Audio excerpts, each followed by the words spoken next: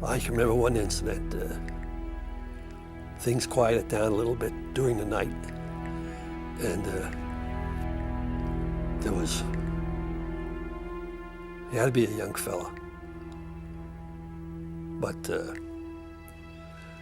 I never forget him, whoever he was. I could hear him hollering, "Mama, Mama," you know. Oh, scare the hell out of you. That scared me more than anything, you know, those poor guys.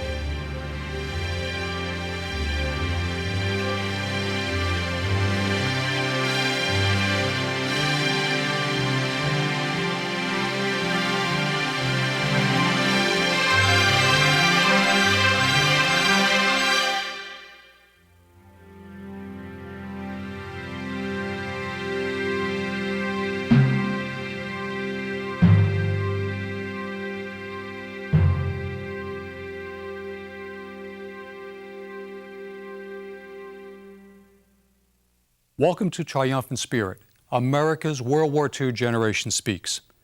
This program is a series of broadcasts featuring the stories of a generation that fought and won the Second World War.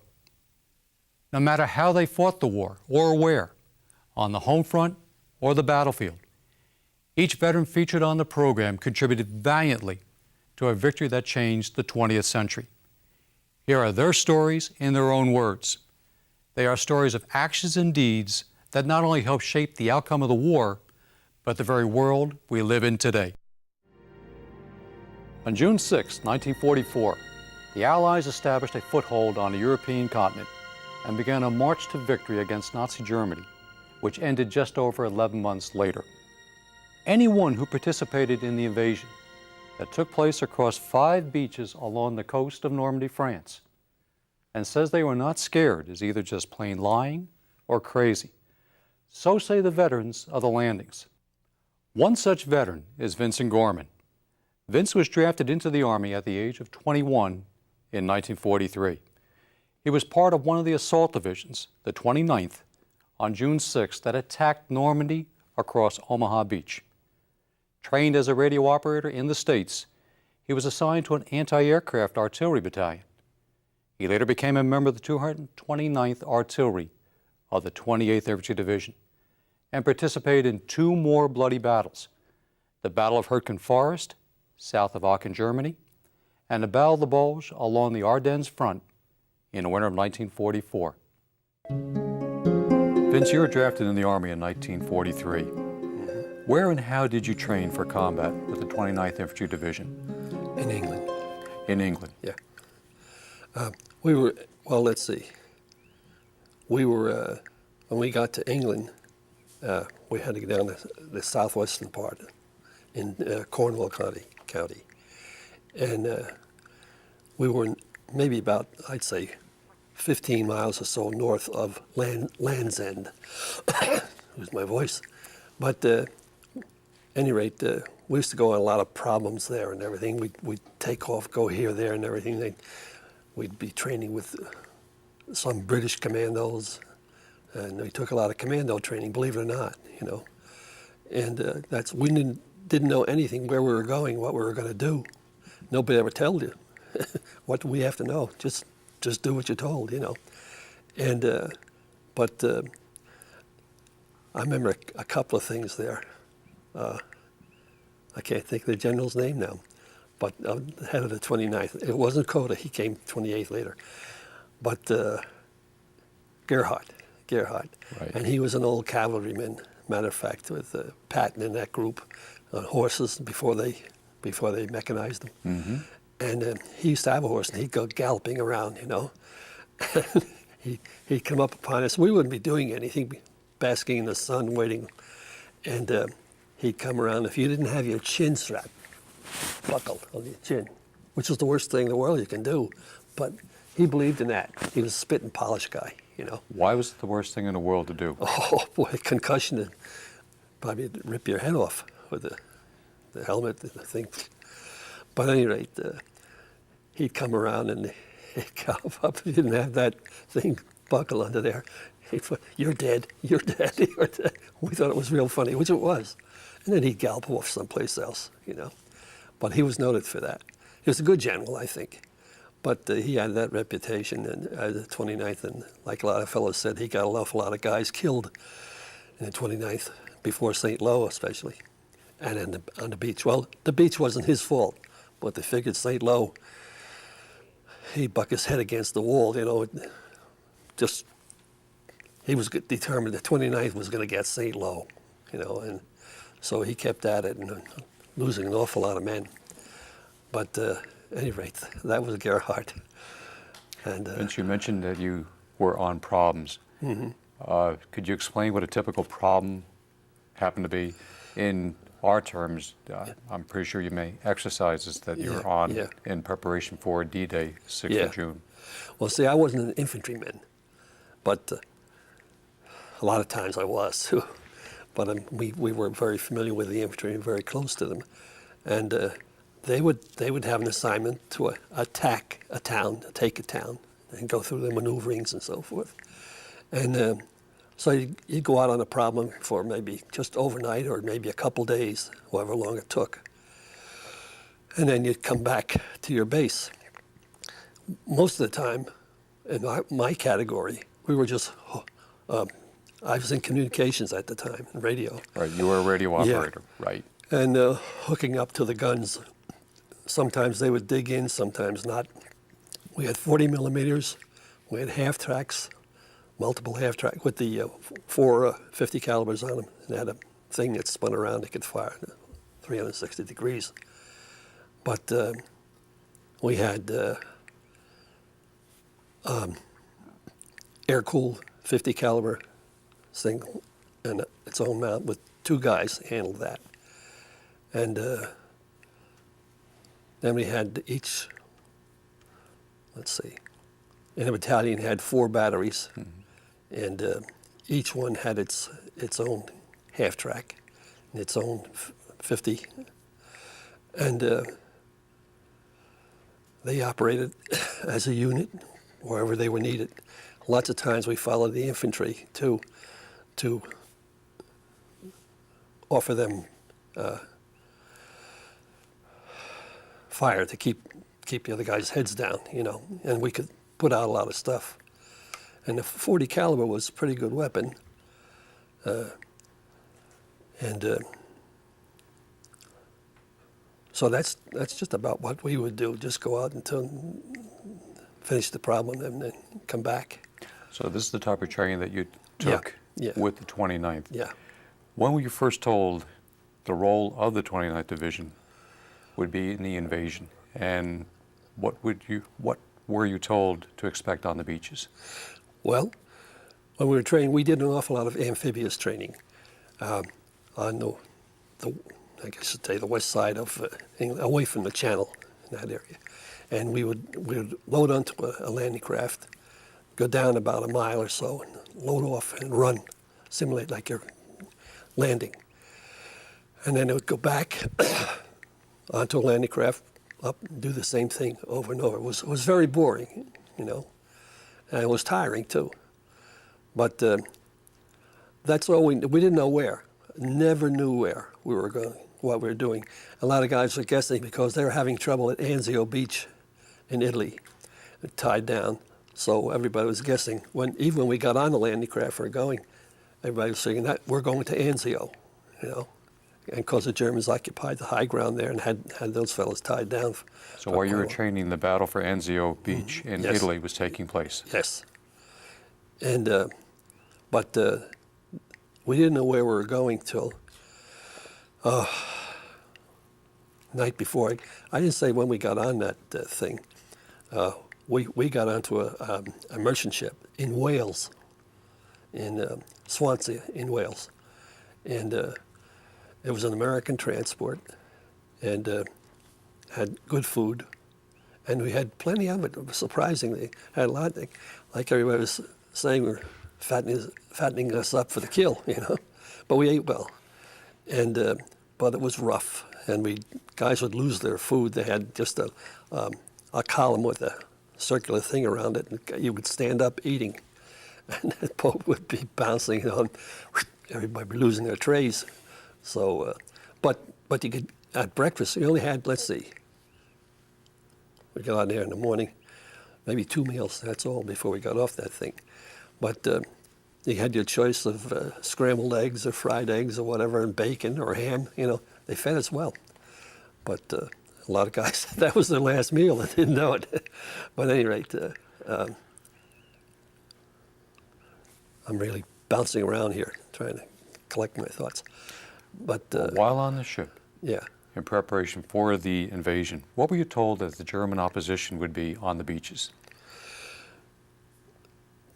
Well, they said they'd be pretty well set up. You know, that's about all. They didn't go into detail, except that we were told we were going into Normandy. The average guy didn't hear of it, Normandy, you know, in France. And as a matter of fact, they would gather us around the night before, and there was a chaplain that told us that he had a map, and he was pointing things out, and he said, this was Normandy, France. And that's the first we heard of it, or knew of it, most of us. And but by that time, when we got getting off that thing, we had a lot of training with going over the side of the ship and the cargo nets and the rifles sticking in the cargo nets and everything, an awful mess. But when it came could time, you describe that further? Getting off of the boat into the landing craft. Yeah, you had your pack on and you get over the side. Well, let me tell you that. We didn't do that. We did a lot of that in training. But when the real thing came, they called us by units. We went down in the hold of the ship, I guess it was, and it had this opening. I guess the Navy called it a hatchway or something like that. And it had a little plank, it's like walking a plank. And you got out on there, and you jumped. The landing craft was alongside. It was bouncing up and down, up and down. And I didn't notice anybody missed, but I often wonder about that, or that some guys didn't hit that landing craft. I can remember hitting the thing. The deck was steel. Felt like my teeth went right through the top of my head. And then everybody was, get going. And then we were pushed down right down to next to the engine, the big diesel engine. There was about 4 of us in that part, and they're all over. And then they said it will take about half hour to run into the beach. But we were on that thing for, I'd say, a long time, maybe even a couple hours. And it was run by the Coast Guard. And we thought it was all Navy. Found out that one fellow was standing in his hatchway, and I said, hey, sailor, when the hell are we going to get off this thing? Because we were going. He said, we can't get in yet. He said, we're running parallel to the beach, but we'll get you in someplace. And but he said, incidentally, he says, I'm a Coast Guardsman. I'm not the Navy. And we found out that it was largely the Coast Guard that ran those things. And so we ran up and down, and in the meantime, then the noise came, noisy. There was a big battleship on our right someplace, and there were ships all over the place. But they'd fire. They made an awful noise, and a big flame would go out from those guns. And they were firing into the beach. We found out later they weren't hitting any targets. They were overshooting. It was the destroyers that came in, and they were running parallel, and they were firing into the pillboxes that were in the hills, in the bluff. And there was an awful lot of smoke and noise and fire, and that's why you had to shout at Nunzio Caruso. I think I told you about him. He was a little guy from New Orleans, Louisiana. He was a gunner corporal, and he was turning blue, purple, yellow, all kinds of colors. And I said, "What's the matter, Nuns?" And I had to shout at him. He says, "I'm scared." I said, "Don't worry, Nuns." I said, "Everybody's scared, He said, "That's not that. I said, what's the matter? He said, I can't swim. He's a little guy, you know. So he was really worried. I said, well, you stick with me, we'll be all right. And when we did get in, we were in water about up to here. And then you had to go, keep going, you know, just run. And toward the bluffs. And that was the first thing that I could say that I was really, really scared. Because in the water was, when Spielberg says red, it was red. And blood all over the place. And the guys' bodies were tumbling and rolling. They drowned. A lot of the guys drowned. We had these Mae West, they call it, life preserver with a CO2 cartridge that you push that, and that would blow up. And the problem was the guys were scared, and I guess they were pushing that doggone thing, and it was turning them over. They had their packs, and they were just plain drowning, you know. And then the Germans were up there, and they were throwing everything at us, mortars and machine guns, and they were hitting things, hitting everything.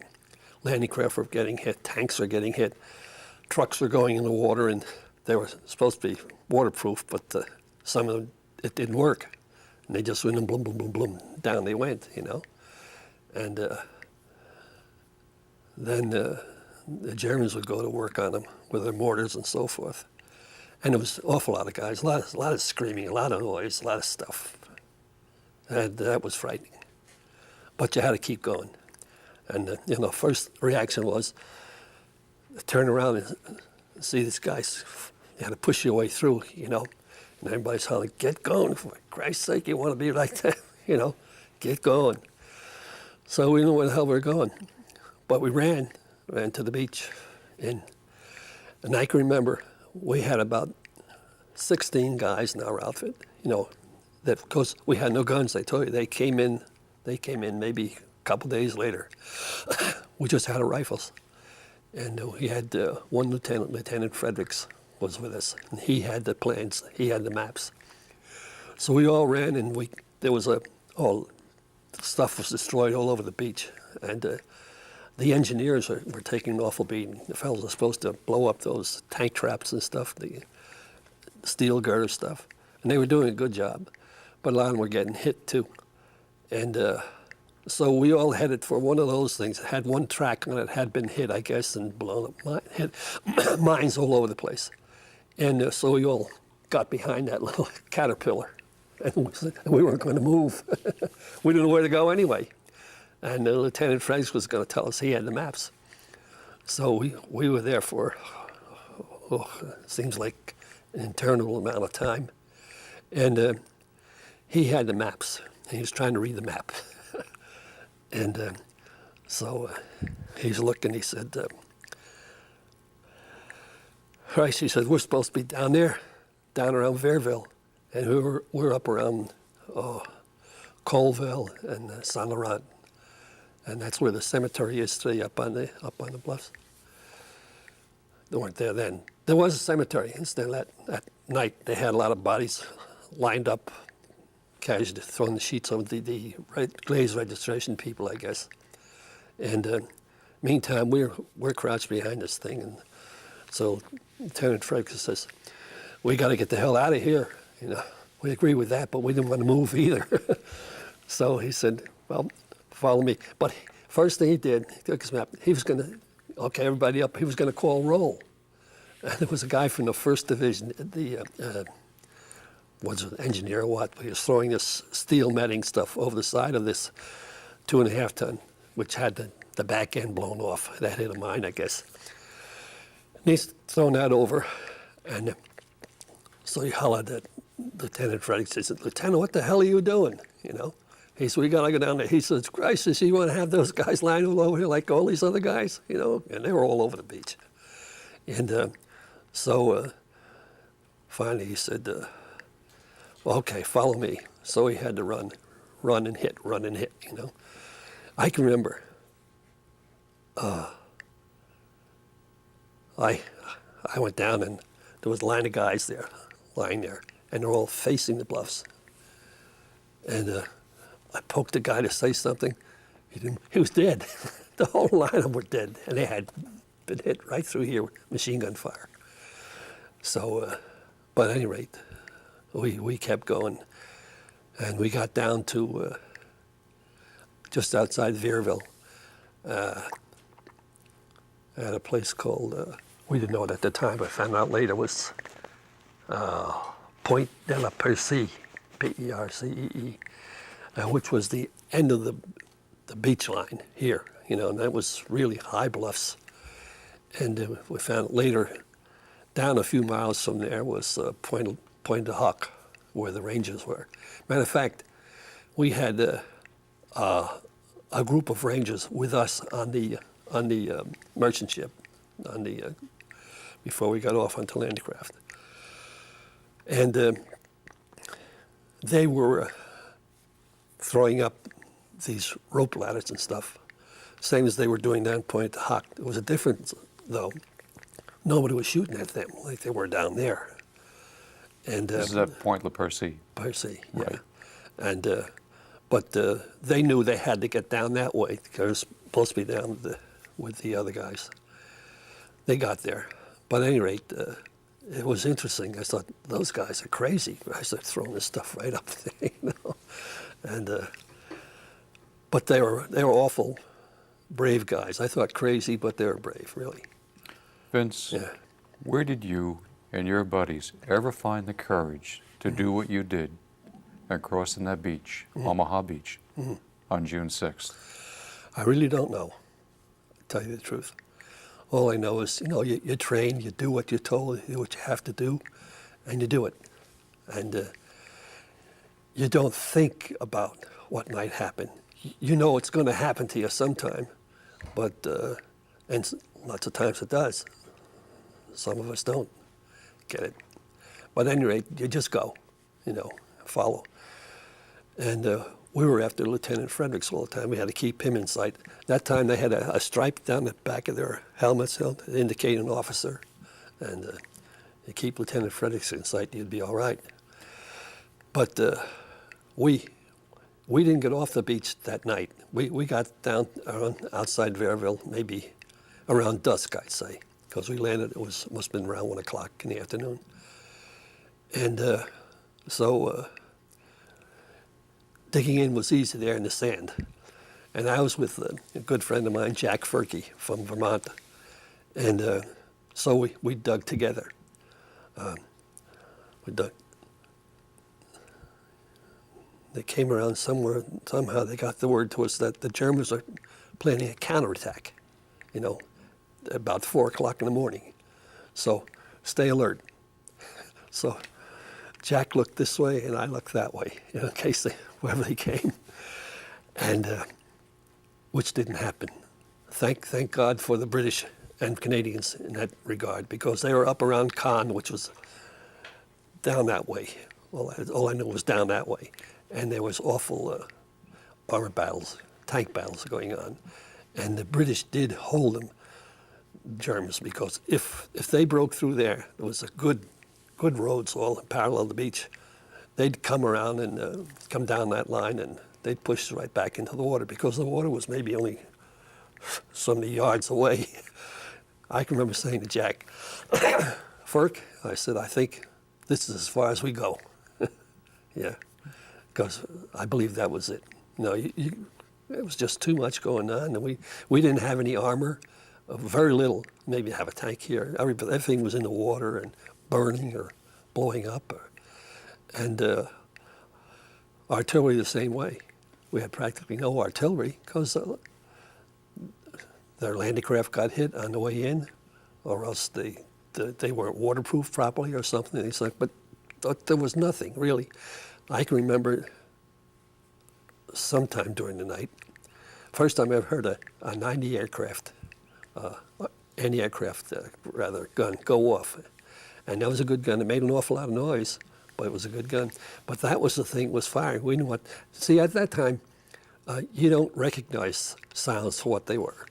After a while, you can recognize something coming at you or going out. You know, our artillery's firing, going out, or stuff coming in from the Germans.